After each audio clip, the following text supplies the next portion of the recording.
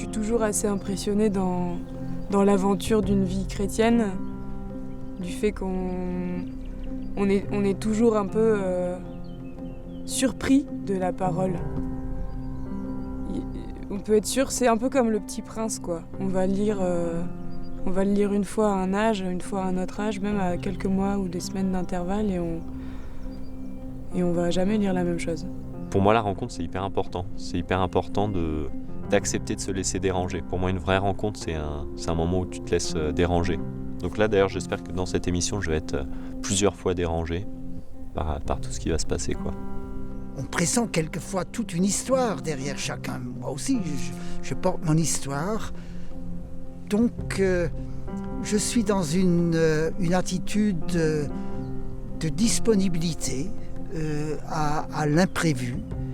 Aussi un imprévu qui peut faire quelque chose en moi. Je ne sais pas quoi. Je dirais que j'ai la foi, oui. Elle a été semée il y a très longtemps, mais je pense que le principe de la foi, c'est qu'elle se renouvelle en permanence. Donc, soit elle est là, soit elle n'est pas là.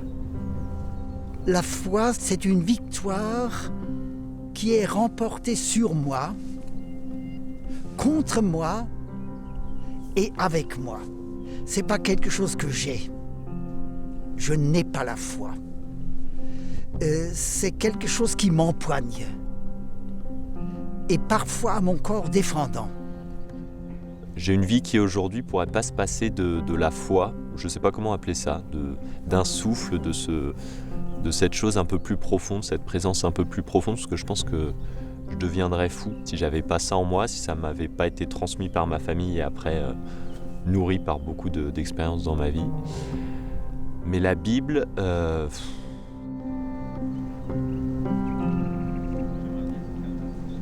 Les anémones, là, ces fleurs blanches, c'est beau. Je ne sais pas si c'est le nom, anémone, mais... Ouais. Voilà. Ah, mais on va avoir l'odeur du thym, là. Tout à fait. On va passer un bon moment ici. Oui. Tu connais les plantes, toi?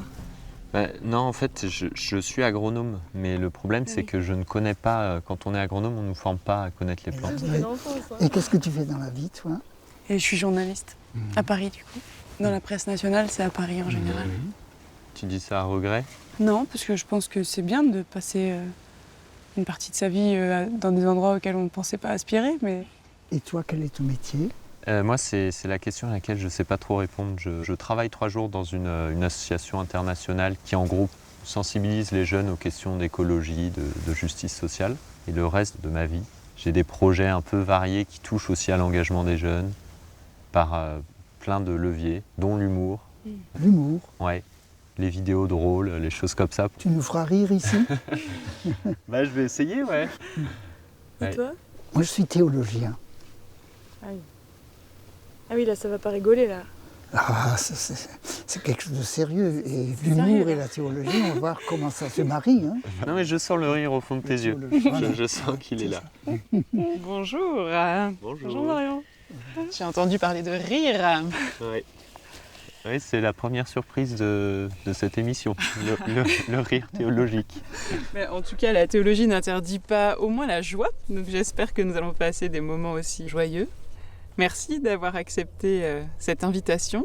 Nous allons nous réunir autour d'un texte avec cette question: comment est-ce qu'un vieux texte de plus de 2000 ans peut faire écho ou pas aujourd'hui dans nos vies, 21 siècles après Jésus-Christ, mais aussi un texte qui est un prétexte à notre rencontre à tous les 4. Je sais que vous avez hâte de savoir sur quel texte vous allez tomber, mais avant de le découvrir, est-ce que chacun peut dire quelques mots sur son rapport à la Bible? Moi, je veux bien commencer. Moi, j'ai un rapport à la Bible un peu conflictuel. La plupart du temps, Bible égale opacité ou ennui, dans le pire des cas. Donc c'est rare, j'ai quelques textes un peu pépites qui me parlent beaucoup, mais sinon la Bible pour moi c'est un truc un peu qui est pas très vivant, quoi. D'accord. Ouais, pas très vivant. Merci d'autant plus d'avoir accepté de passer 48 pas heures, prévenu. 48 heures autour d'un texte biblique. Moi, je pense avoir un rapport à la Bible assez paresseux. parce que je pense, comme beaucoup de gens, j'ai eu l'occasion d'aller à la messe beaucoup dans mon enfance. Pas beaucoup, mais quand même de temps en temps, régulièrement. Et du coup, c'était assez oral comme rapport, c'est-à-dire on me l'a raconté. Mais je vais jamais faire l'effort de l'ouvrir. Je sais pas pourquoi celui-là de livre, il est plus souvent fermé qu'ouvert. Voilà. Bon, alors on a un rapport conflictuel, paresseux. Alors Gérard, votre rapport à la Bible? Alors pour moi, pour moi personnellement, c'est un texte fondateur. Je suis né, j'ai grandi dans la tradition chrétienne, donc avec une lecture régulière de la Bible. C'est pas que cela n'ait jamais fait problème, ça a souvent fait problème, mais je savais que c'était dans cette tradition-là que je me situais et qu'elle m'orientait. Là, nous allons voir si ce texte que j'ai choisi peut être l'objet d'une rencontre. C'est un texte qui est au tout début de l'évangile de Luc, dans les récits de l'enfance qui sont propres à l'évangile de Luc. 1 mois donc après la naissance de Jésus, Marie et Joseph se rendent au temple de Jérusalem pour accomplir des rituels propres à la coutume juive. Et là va avoir lieu une rencontre. Donc je vous distribue à chacun une Bible. Merci. Donc nous sommes dans l'évangile de Luc au chapitre 2, à partir du verset 25.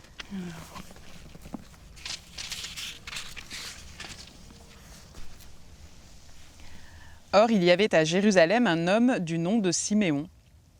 Cet homme était juste et pieux. Il attendait la consolation d'Israël et l'Esprit Saint était sur lui.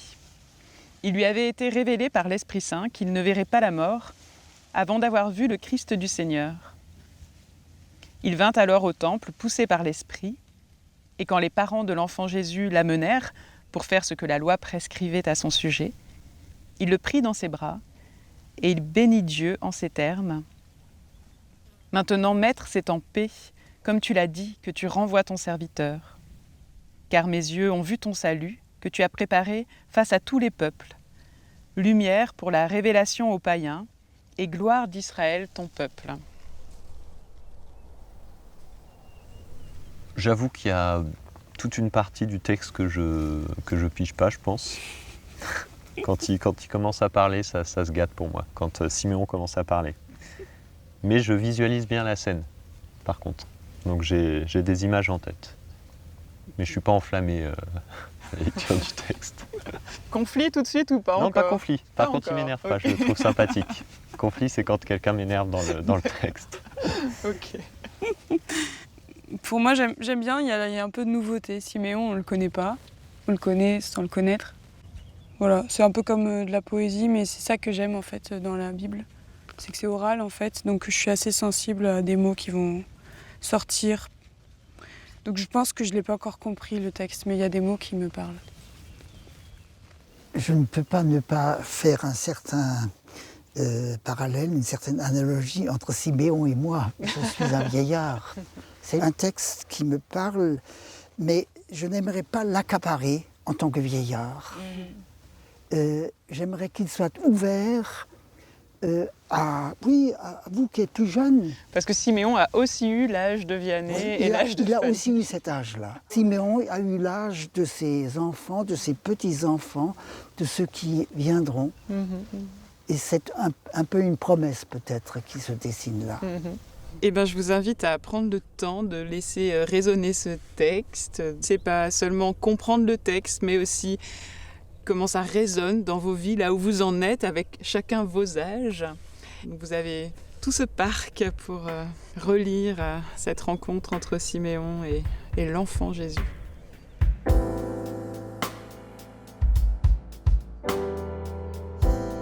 Or, il y avait à Jérusalem un homme du nom de Siméon. Cet homme était juste et pieux.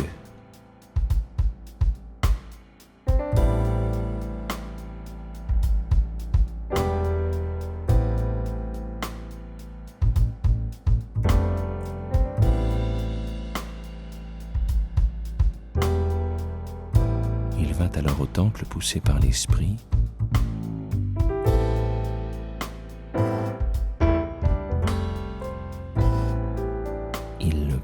ses bras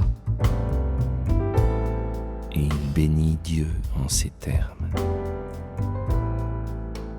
Maintenant, Maître, c'est en paix, comme tu l'as dit, que tu renvoies ton serviteur. Car mes yeux ont vu ton salut, que tu as préparé face à tous les peuples. Lumière pour la révélation aux païens et gloire d'Israël, ton peuple.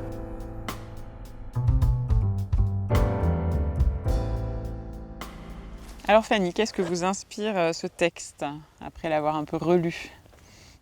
Je le trouve pas si facile. À la fois, il est basique, c'est une rencontre, mais en même temps, c'est une rencontre, c'est pas n'importe laquelle. Moi, ce que ça m'évoque, c'est le côté ici et maintenant, en fait. Ça me parle beaucoup. Cette idée que on a affaire à un enfant et un vieillard, et qu'en fait, peu importe leur âge, peu importe leur histoire, très courte pour l'un et très longue pour l'autre, il y a cette rencontre qui réduit tout à un instant présent. Et en plus, une altérité, parce que le vieillard va appeler l'enfant maître, mais il va le prendre dans ses bras comme un enfant. Donc il y a une forme de révérence, serviteur, voilà. Mais en même temps, il y a quelque chose d'alter ego, en fait. Peut-être que ce qui me touche le plus, vu que je comprends pas tout, c'est le côté assez charnel aussi. Physique, j'aime beaucoup l'idée de prendre dans les bras, en général, j'aime ça. Je trouve qu'en plus, il y a l'idée de consolation, il y a le mot consolation. Et je trouve que la consolation passe souvent par un geste. C'est bizarre, mais dès qu'on prend la main de quelqu'un, on le déstabilise un petit peu, on va être... c'est jamais un langage auquel on s'attend. Donc je trouve que le physique est un langage à part entière, et là, c'est ce langage de ce texte. Donc ça me parle. Et les yeux, voilà, les sens. Vraiment, physiquement, il se passe quelque chose. Donc ça me parle. Beaucoup de choses autour des yeux et du regard. Ce qui est intriguant, c'est qu'il voit cet enfant comme il a dû en voir 1000 autres dans sa vie, dans sa longue vie. Et de cet enfant-là, qui en plus n'a pas la parole, il va se dire, voilà, c'est lui. Alors ça, j'aime bien. Ça, j'aime bien parce qu'en fait, quand on me demande pourquoi je crois en Dieu, qui est franchement la question la plus cruelle du monde. Que je n'ai pas posée. Non, mais on me la pose forcément vu que j'ai 30 ans et que c'est pas forcément à la mode de croire en Dieu. Je dis pas que c'est pour ce qu'il y a après la vie. Déjà parce que c'est pas ce que je pense, mais en plus parce que je pense vraiment qu'il se passe des choses dans la vie, dans ma vie sur Terre, qui me font croire en Dieu. Parce qu'on me dit c'est pas pour se rassurer un peu. Mais en fait, moi, déjà, ça me rassure pas, franchement, de me dire qu'il y a peut-être quelque chose après la vie. C'est pas le truc le plus rassurant du monde non plus, parce que c'est tellement difficile à envisager. Mais en plus, je crois que c'est ce qui est sur Terre, moi, qui me fait le plus croire. Là, c'est une rencontre avant la mort. Exactement. Et en fait, moi, j'ai choisi de croire en Dieu parce que dans ce que je vis tous les jours de ma vie, je vois. Et ça, c'est le verbe, c'est le grand verbe de ce passage, c'est voir. Il y a le mot lumière aussi, lumière pour la révélation. Pour moi, il y a vraiment des instants dans la vie où on perçoit cette lumière, que ce soit dans un enfant, mais dans des choses de la vie de tous les jours, en fait. Des moments où vraiment je me dis, ça peut pas être juste nous, là.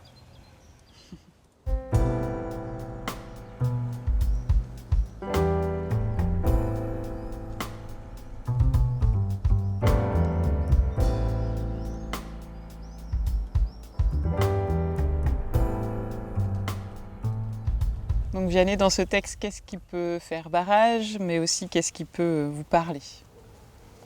Ce qui fait barrage, c'est certains mots comme ça qui sont quand même compliqués à comprendre et qui, de prime abord, franchement, me paraissent très compliqués, comme il attendait la consolation d'Israël. Alors ça... Mais il y a un contexte politique particulier à cette époque d'un peuple qui est occupé par les Romains et qui est aussi dans une attente d'une forme de libération, en fin de compte. C'est lui qui est très engagé au service de son peuple, quoi. Puis dans une foi aussi qui attendait un sauveur. C'est aussi dans cette histoire que ça s'inscrit, cette attente du Messie. Donc le Christ du Seigneur, c'est une des traductions du Messie, de loin de Dieu. Les choses qui me touchent dans ce passage-là précis, c'est le fait qu'il se montre assez vulnérable alors qu'il pourrait très bien être considéré comme comme l'ancêtre qui sait tout, comme le vieux sage. Je trouve ça hyper touchant, la force de la faiblesse en fait de Siméon. Ce matin, en lisant le texte, j'ai fait tout de suite le lien entre un Siméon et un Gérard. Et Gérard, quand je discute avec lui, il pose énormément de questions, alors que, pour apprendre des choses, et souvent je me dis, on devrait déjà prendre 3 ans pour qu'il me parle un peu de sa vie, qu'il m'apprenne des choses, et après je pourrais peut-être commencer à lui apprendre. Et en fait, c'est hyper touchant d'authenticité et de faiblesse, d'être capable de s'incliner devant ce qu'on ne connaît pas.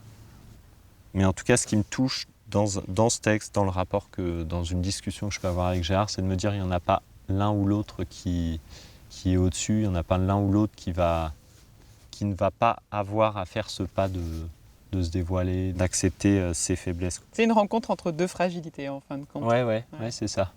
Et c'est pour ça que la rencontre peut se faire en fait. Parce qu'il y a eu fragilité de chaque côté, quoi. Que les deux ont accepté cette fragilité. Bon, Jésus, c'est un enfant, mais c'est inné du coup. C'est ça qui est beau, je trouve, chez les petits aussi. Mais j'ai l'impression qu'à la fin de notre vie, c'est presque plus simple aussi d'accepter cette fragilité. Et moi, quand on a mon âge, à 27 ans, c'est un peu l'âge où on n'est jamais malade, où on a envie on a des grands rêves et tout. Et donc, c'est hyper compliqué d'accepter cette fragilité. Et de se rendre compte qu'en fait, si on ne l'a pas, la rencontre devient compliquée. C'est vraiment un truc que j'expérimente tous les jours, quoi. Des fausses rencontres où j'ai pas osé, où j'étais en mode vitrine. Du coup, la rencontre, elle n'advient pas et où moi, je reste loin de Siméon et de cette scène, quoi.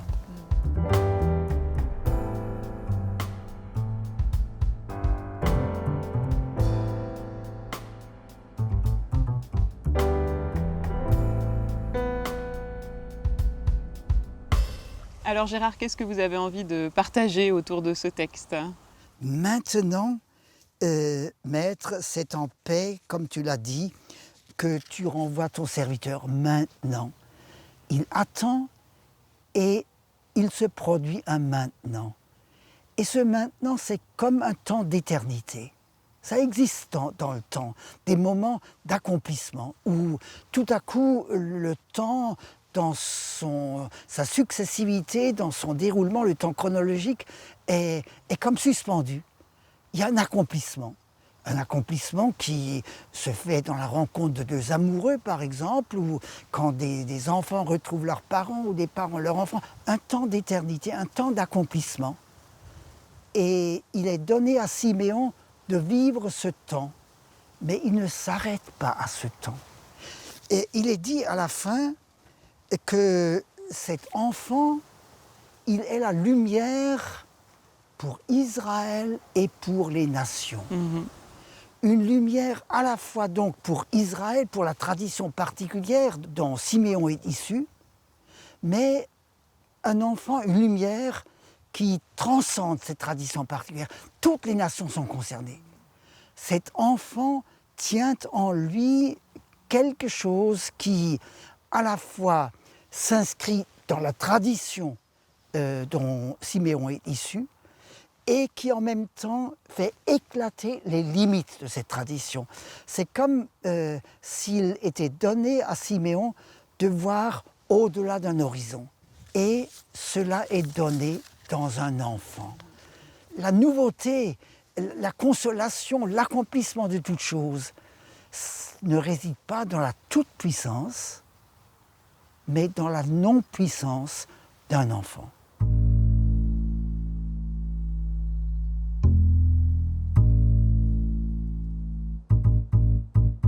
Or, il y avait à Jérusalem un homme du nom de Siméon.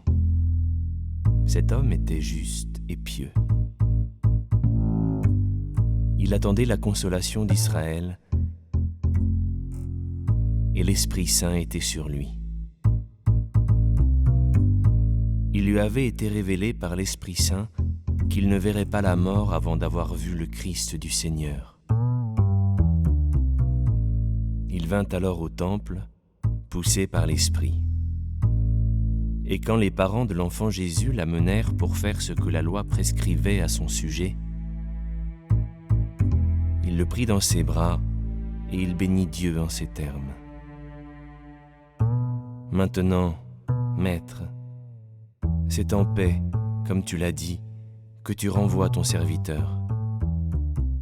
Car mes yeux ont vu ton salut, que tu as préparé face à tous les peuples. Lumière pour la révélation aux païens, et gloire d'Israël, ton peuple.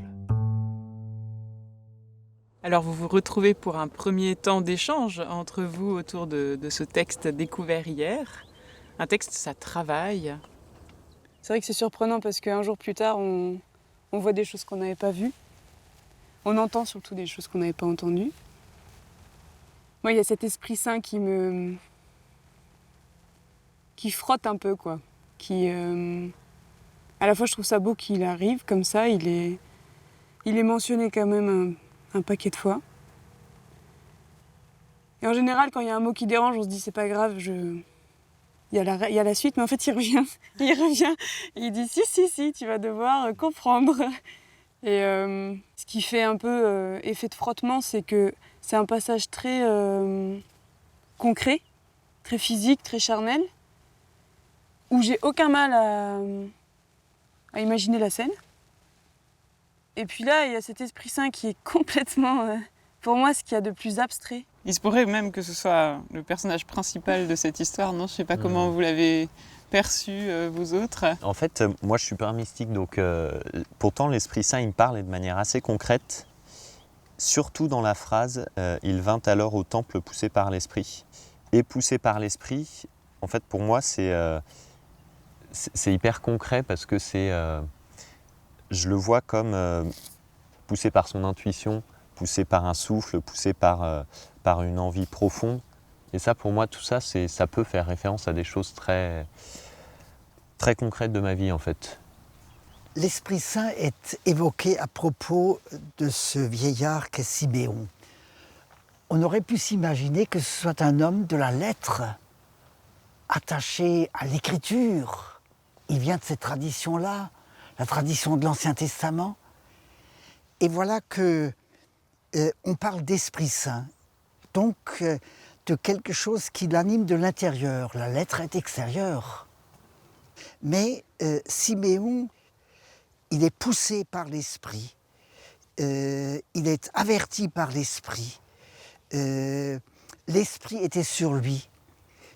Donc, il est ouvert à quelque chose qui n'est pas, d'une certaine manière, prescrit par la lettre.